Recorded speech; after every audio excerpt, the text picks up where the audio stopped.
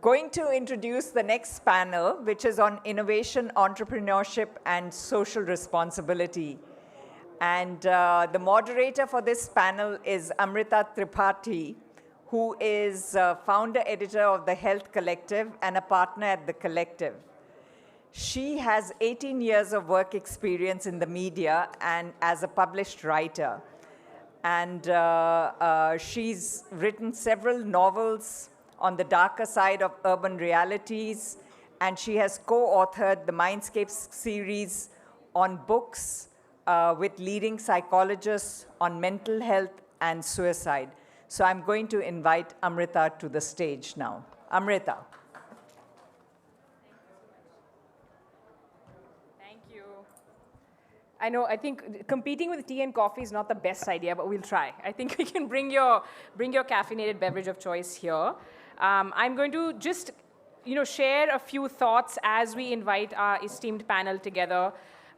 So as you heard, I'm a former journalist. I've moved from broadcast to digital.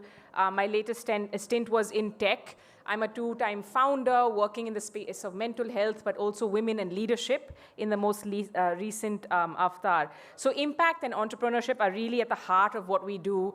We are also aligned to the SDGs 5 and 17 here on gender equality as well as on partnership. And we do understand that despite some of the things we've been hearing today, things are not changing fast enough. We're really excited to bring together some dynamic leaders to talk about how more of us can become change makers, how more of us can strive for impact, and how more of us can actually ensure there's some sort of lasting change. So we're going to talk about tech, innovation, and social impact, 3 causes I'm very passionate about. And this session is going to explore the intersection of innovation, entrepreneurship, and social responsibility. Let's bring our panel on to join us. I think someone went out to get coffee. I'm trying to figure out who it is before I introduce them. Let's bring up Shamina Singh, the founder president of MasterCard Center for Inclusive Growth. Round of applause. For more than 20 years, Shamina has been on the front line of developing and implementing solutions to make the global economy work for everyone. And she's also the founder president of the Center for Inclusive Growth, which is MasterCard's social impact hub. Well-chosen spot. Let's bring on Nitin Pai, the co-founder and director of Takshashila Institution. Coffee-less, sadly, which we had to fix at some point. Nitin is the co-founder and director of the Takshashila Institution, which is an independent think tank and school of public policy based in Bengaluru. He teaches international relations and public policy there and has a fortnightly column in the Mint called The Intersection, which many of you will have read.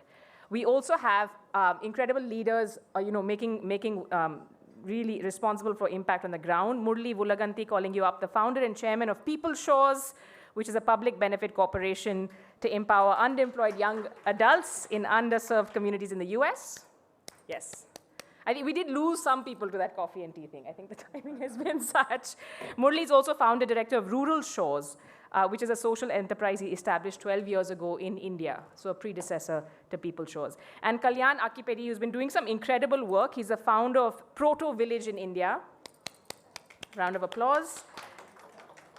Proto Village was founded in 2010 to co-create the prototype of an abundant community through practice and demonstration in a remote village in Andhra Pradesh, the second driest and one of the poorest districts in India. Okay, we're going to kick off by talking a little bit, and we're ideally not all going to agree with each other, which is, of course, my TV news background. We're going to try and have an engaging conversation and then open up to questions from the audience. When we talk about innovation, when we talk about entrepreneurship, when we talk about scale, where does social responsibility fit in? Where do ethics fit in? And how do you look at social impact? Nitin, can I start with you talking about how these are not mutually exclusive, even when you're running a business or looking at a profitable enterprise? Yeah. I'm coming, as he starts. Yeah. Thanks, Amrita, and thanks for having me here. I think the way the words were phrased on the topic, it seemed to suggest that there are 3 different things, innovation, entrepreneurship, and social, and you have to do something special to make a choice there. And I would argue that in general, and especially in India today, you could do all of the 3 at the same time. In a sense, it's not an either or. You can do innovation, you can be an entrepreneur, working in business, and yet discharging social responsibility. Just before we came in here, there was a person who came and said, do you do impact investing? Do you believe in social enterprises?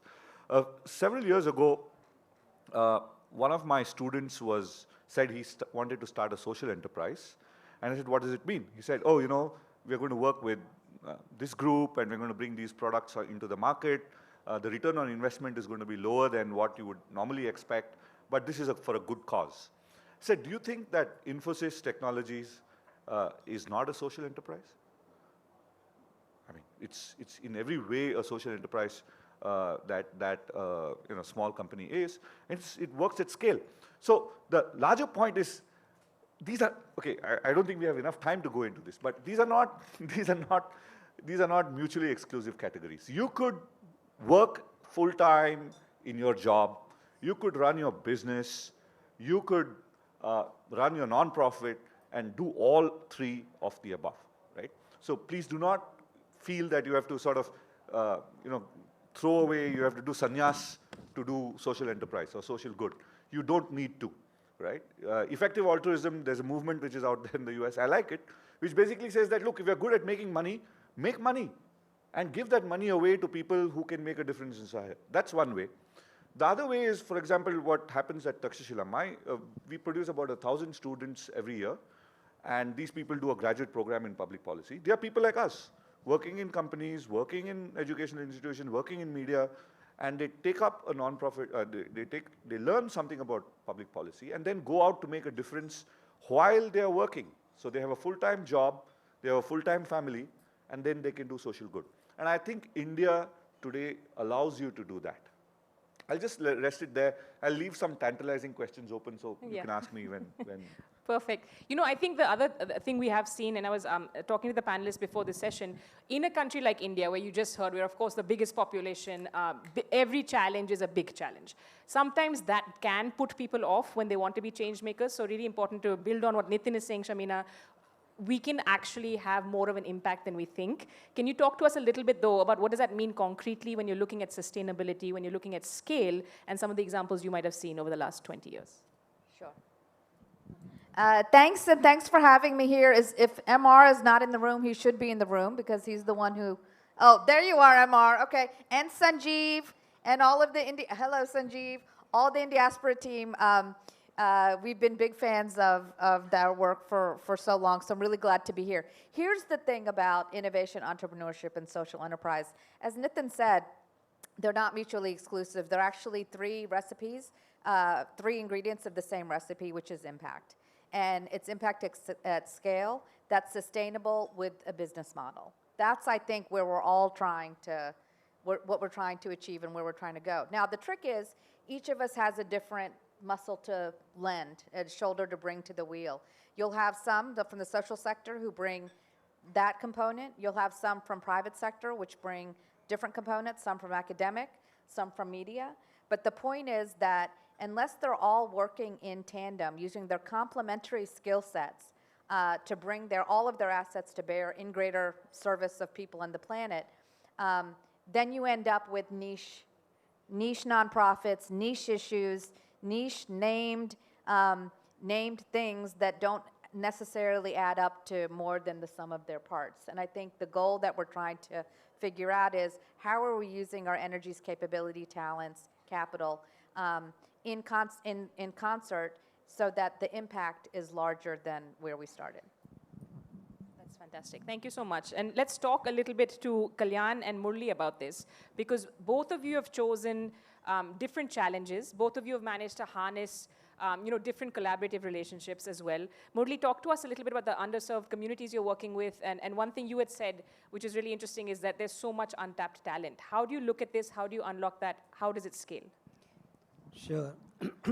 So for the benefit of everyone, just want to spend a minute, talk about what we do, the social mission we are on. Excuse me. So as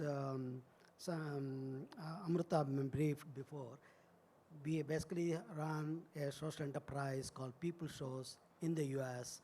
What we do is we set up these technology outsourcing centers in underserved communities, and we take those underemployed young adults in those communities, train them, and give them jobs in that center and we bring the work and we get the work outsourced to us from the large corporates, and we deliver the work from these centers. So we are in a way Infosys or Wipro, except that we are actually doing the work from underserved communities in the US. Before that, we did the same thing in India. We continue to do that for the last 12 years. So the premises on which we actually doing it is the talent is everywhere. It's just that they don't have the opportunity. Just because there are, Infosys, all these big companies set up the centers in Bangalore and all these metros or tier 2, take those highly educated young adults and give them jobs. We think the talent is there. But in the rural areas, we actually take high school graduates, train them and give them jobs. So they do as good a job or even better than their urban counterparts from those centers in the villages. So they do have immense talent. It's just that you have to give them opportunity and invest in that workforce, invest in them by giving them the skills, the training, the hand-holding that is required to come up to speed. Once they come up to speed, there's no looking back. They really do very well. So that's what we do. We go to these underserved communities, either here in India or in the US. It is go there, give them jobs, invest in them, unlock that untapped talent, and they're doing a phenomenal job. We have clients like Amazon here, for instance, we're doing work from a place called Baitalpur in UP. Nobody heard of that place. It's a small village, 3,000 people. But that center is one of the 20 centers Amazon has where their customer support for their domestic operations being delivered. And this center, believe it or not, is ranked number 1 of those 20 from the quality and all metrics, service level metrics, Baitalpur. So that is the kind of talent they have. So we can go on telling the stories about this. Same thing in the US. We have Morgan Stanley, Fidelity, Blue Cross. We're delivering services from these communities like Mississippi, Arkansas, and from these rural areas. And they're doing a phenomenal job. It's just that they need that support, the help, the opportunity, and yeah, so you need to invest in them. So that's where. I think, Kalyan, when we talk about, you picked not an easy challenge to try and address. You've been talking about the importance of looking at the design of education and economy when you're looking at rural resilience. You've also said that this has to be an intersectional approach. You can't just look at things independently. Can you take us through some of what your team has been doing? Yeah, absolutely. And first of all, thanks for having me here. And before I get to that, I just want to maybe take a few seconds describing why I do what I do and what motivated me. I quit my job because I got tired of working my life to make a rich company richer. And that was the net effect of my life at some point. And then I decided to travel across the country without spending a single penny on my food or my stay. So eventually I had to exclusively travel through the villages across the country. And what I thought would last maybe a week or two ended up happening for about 2.5 years. So I've lived in villages in every state of the country. And then I followed it up with about 1 year through the tribal colonies in the central belt of India. The whole idea was to be a sponge and absorb and learn about what it is that makes life resilient. Instead of fighting poverty, which is a symptom of a larger disease, how about we become resilient so we don't have to fight poverty at all in the first place? So that was the motivation. And based on all the principles, the design principles that I learned from these resilient communities that I got to witness in the tribal colonies, I realized we should build a prototype of such a resilient village and then build frameworks that can be replicated, contextualized to any terrain, any region, anywhere. And that was the motivation to do Proto Village. And in doing so, over the years, I learned there are both economy and education are fundamentally critical. And they happen to be the leverage points for massive transformation at scale. Because in my view, education is like a compass that shows the direction. And economy, on the other hand, is the most popular incentive to adopt that direction. So they have to go in tandem. And I just want to take a minute here talking about revisiting the very purpose of economy and very purpose of education and contextualizing it to India. My time with the tribals told me very, extremely vital, ridiculously obvious, and detrimentally ignored lessons. One is that our life is made possible by soil, air, and water, the healthy natural ecosystems. It's not the quarter-on-quarter growths. And second is a deep sense of community is what makes our life meaningful. So, and this is what the knowledge of how to coexist with our natural ecosystems and with each other is at the root of our culture. And that knowledge is very linked, exclusively linked to the natural ecosystems of a particular region. So our Indian culture is as diverse as the natural ecosystems of the region, and therefore as diverse as the indigenous wisdom of the place. So having said that, the point is that when we think about livelihood or education, we should think about systems or designs or the purpose of the very intervention in such a way that we keep this indigenous wisdom alive in a particular region. And and we're living through a phase where climate challenge is one of the biggest, or probably the biggest challenge that we have for our times.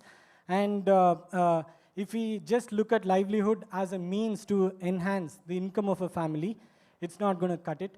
We need to make sure that, the real design question is, how do we bring about economic well-being of a community while ensuring that the economic well-being is actually the consequence of their efforts to build and nurture healthy ecosystems and happy communities. They should be the goals, the economic well-being should be the consequence. And similarly, the education system should be designed in such a way that it constantly shows the direction in that, shows the path along that direction. Because one generation might do the right thing just because there is economic incentive to do so, but the next generation will do it if given the right kind of education, just because that is the right thing to do. And I look forward to that day. That is really actually moving. I think, Shamina, to ask you a little bit to come in here, does this resonate with any of the examples you've seen when we look at, frugal innovation? There are quite a few articles celebrating ISRO actually today, talking about how a lot of what Indian companies are trying to do, the government is trying to do, involves innovation, but you obviously have to have an eye on the bottom line. You need to think about how these things are sustainable, like you said. Do you have any other examples from what he's been sharing? Yeah, no, I think it's incredibly admirable, the work that you're doing, and I look forward to learning a lot more. The examples that we have seen, mainly in India, revolve around small business. And so in and of itself, the goal is prosperity and profitability. And what we've been doing at the MasterCard Center for Inclusive Growth is ensuring that any small business has the capacity to grow. And that's our work here in India. But we've boiled it down to 3 areas. And I think the truth is, I think any of this could work for small business. It can work with potentially any kind of organizations. But for small businesses, the 3 areas are they have to be able to get capital, go digital, and grow their networks and know-how. And so if you think about anything we're talking about here, those seem to be the 3 things that any organization, any business needs. Access to capital. You have to adapt to the new economy by going digital, growing your technology. And the only way to get there is by accessing your networks, to grow your networks, and to grow your know-how. The examples that we have seen, I think Nitin and I were talking about we were talking about this outside, involve partnerships usually between public and private. So you talked a little bit outside about government funding a lot of mechanisms, and how philanthropic capital, at least in India, seems to be following the money without much innovation. And I would say that the work that we have done and the work that we've seen in India is actually the opposite of that. So what we've realized is government funding can only do so much, and that you need private capital to actually bring the innovation, the security, and the scale that can be that can come when you bring those two things together. I'll give you one small example, and then happy to pass it on. And this is at the rural level. So we partner with an organization called Mandeshi Bank, run by Chetna Sinha, who was a World Economic Forum Social Entrepreneur of the Year. And when I met the Mandeshi women in Maharashtra post-COVID, one of them was telling me the story about how when she was starting her business, she was starting in the textile business, she was making school uniforms. When COVID hit, everybody was confined to their homes, so her business was going to go upside down. So when she was sneaking out to try to figure out what to do with her business, the police officer that kept arresting her, sending her back home, she asked him, "What are you wearing your mask?" It was COVID. And he said, "We don't have access to masks." So what did she do? She went back to her business, her home business, and turned all the cloths she purchased to create school uniforms and started sewing masks with the partnership of the standards of the Indian government, the funding through grant and philanthropic capital, using her own ingenuity and innovation to create a long-term business model that when we go back, she's now doing school uniforms. She's now hired 5 people. She has 10 other people with sewing machines in their home. But that's the idea, that's the process of innovation building using capital, digital, and access to networks and know-how. Nitin, do you want to? Yes. Yeah, I just want to come in.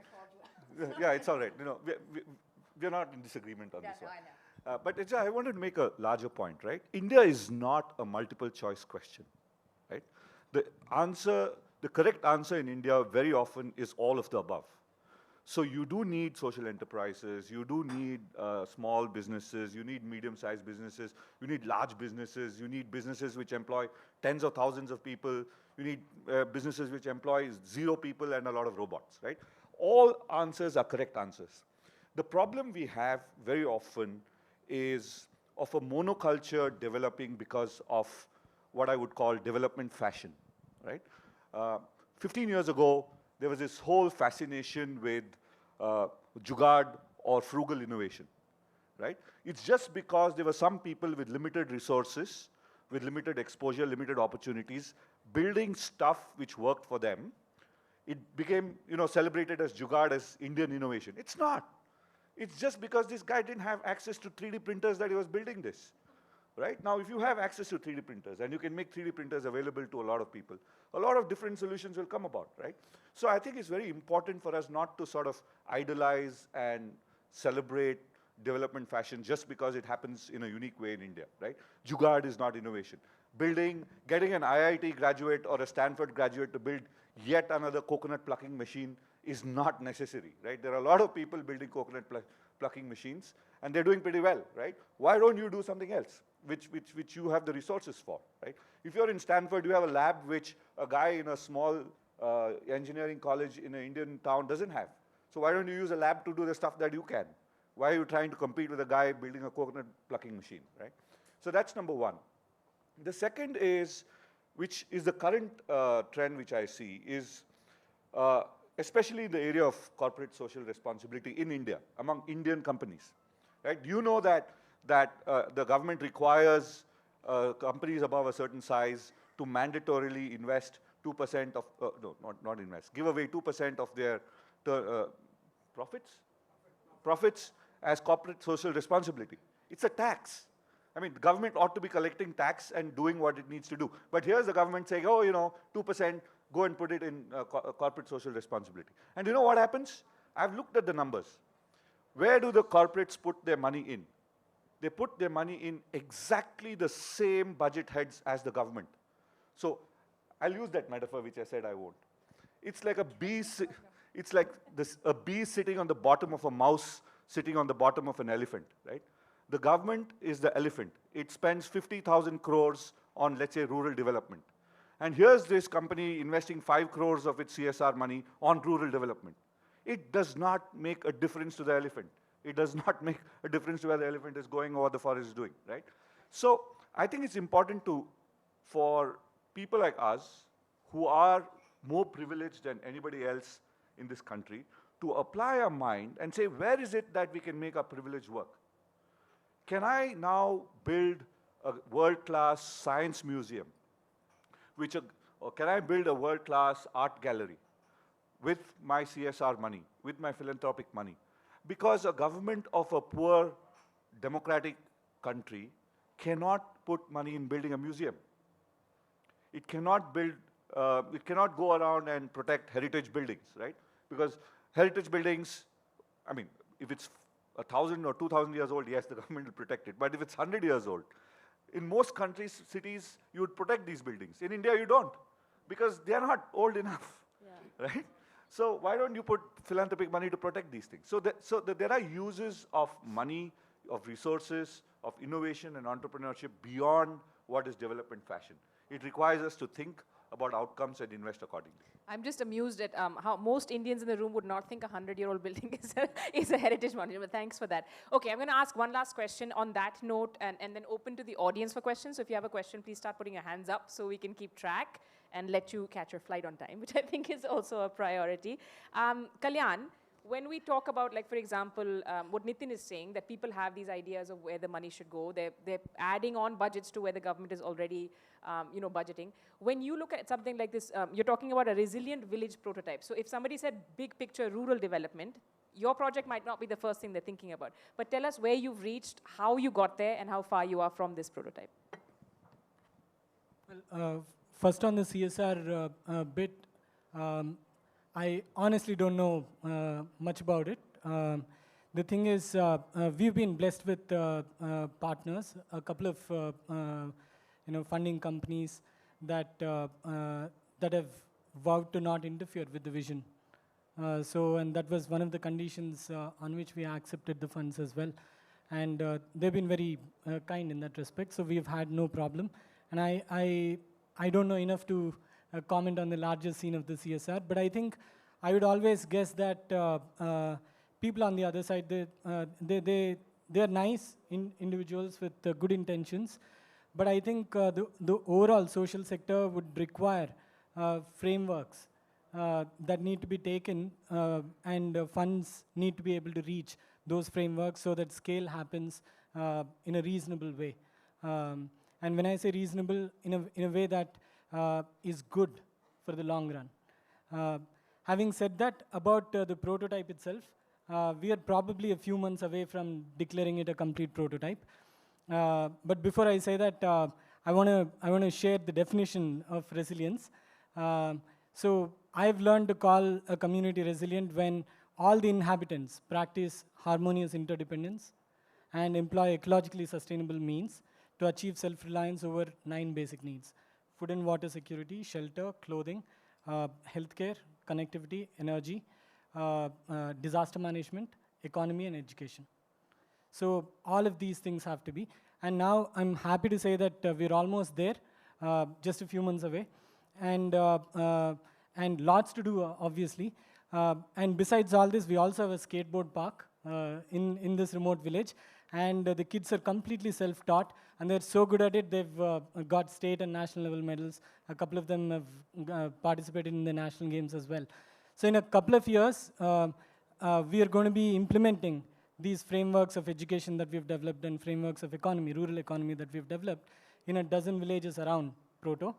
And in 2025, if everything goes to plan, it seldom does, but if it does, then we'll be starting the process of replication through a fellowship. Yeah. That's incredible. And I think, Murli, just coming to you there may be some overlaps with the rural shows does and what they're doing over there. I do want you to add also how you were saying we need to stop thinking of CSR and thinking more of social impact and how that might change, like reframing the conversation a bit. Yeah, I don't want to comment on the CSR because we are, first of all, a for-profit social enterprise. So we don't rely on CSR or any kind of form of donation or grants from third party. So we, just like any a private limited company, we initially raised the seed capital, and then because we deliver work for our clients from these centers, so we charge the clients. That's our revenue model, right? And that charge, the revenue that comes in, eventually becoming self-sustainable, and we are now both rural shows in India and people shows in US are profitable. So we fund our own growth basically investing from the profits we generate. So I don't have any comments on the CSR aspect, but I just want to go back to the innovation, how this innovation, entrepreneurship, and the social impact. We basically need to call it social impact, not social responsibility, not social anything else. Is impact is the outcome. Whatever we do, that has to create sustainable impact, whether it is providing sustainable jobs and careers for the rural youth or those underemployed youth in underserved communities in the US. It has to create that impact, and when you create that, provide those kind of careers and jobs, there is a multiplier effect in those communities, because the income they generate, each center we have about 200, 300 people working. So the cumulative income they generate, it has an impact on the community because the multiplier effect, and that stimulates economic activity in that community. So it creates the bigger impact. And to achieve that, you need to bring innovation, because nobody has done it. So you're doing it for the first time. So you need to, there are a lot of challenges you face when you're trying to set up technology centers in rural areas where there's infrastructure or other problems. You have to be innovative to overcome that. And at the same time, you have to be entrepreneurial because it's startup. So that pretty much sums it up. I think we're pretty much at time. We will take a few questions from the audience if anyone has. Yes, there's one here. If we're getting a mic. Anyone else? Do you want to raise your hand? My name is Mahesh. I've been involved with Ekal Vidyalaya. I'm from the Bay Area. Been involved with Ekal Vidyalaya when we did a lot of tribal education across India. So my question is two things to you, Murli. How scalable is your model in terms of, Murli, right? Oh, I'm sorry, I'm asking Kalyan. I'm sorry, Kalyan. Okay, because the names are mixed up there. Oh, okay. Yeah, sorry for that. Yeah. You also referred him, that's why I got confused. Okay, sorry. Kalyan, that's for you. That's the question I wanted to ask. How scalable is your model in terms of how many students or how many villages that you want to scale in next few years, and how, that's number one. Number two, I also understand there's a lot of Naxalite activities in the tribals that you go. So don't you face a challenge there? Because I went to college in Warangal, so I know how bad it is and how difficult it is. These are the two things, and also how we can help you. If I want to see your plans for the next 5-6 years, how many villages and other stuff. Thank you. Absolutely.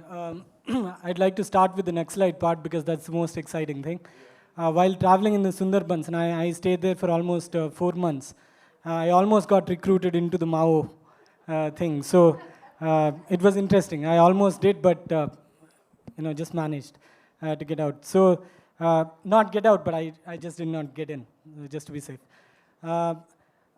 As to how we want to scale and how scalable that is, we are building frameworks for education that stay loyal to the old tenets of being healthy for the natural ecosystems and for the community. And these frameworks are easy to contextualize to any region. And same with the economic model that we've built. We call the education model the contextual purpose-based model, where purpose-based learning, where kids learn because they need to learn. So the need comes first, and then their need to learn, their ability to learn comes later. So that is one. And as I said, it can be contextualized to any terrain, any region. And by 2025, we want to be in a position where these are tested in at least a dozen villages in various terrains, and both the economic system and the education system. And then we want to create together a toolkit, and we already have a name for it, a systemic toolkit for accelerated rural transformation. It's START is what it stands for. And we want to take that toolkit, start a fellowship of villagers, and a mix of villagers and the urban youth to form teams and take it across every district of the country and contextualize these models to those respective districts. And my estimate is that we need about 20 people per district, 20 committed people who are trained per district. We have about 700 districts, and the number keeps changing every month. And out of those 700, there are 200 disempowered villages, districts. And if you look at 20 people per district for 200 districts, we have 4,000 people that are needed, from the huge population that we have. And I cannot be convinced that it's not possible. So it's absolutely possible. We just need to train 4,000 people to create a transformative effect. So that's the direction that we want to go in. Okay, we have to leave it there. We're at time. Thank you so much. Please join me in giving our panelists a round of applause.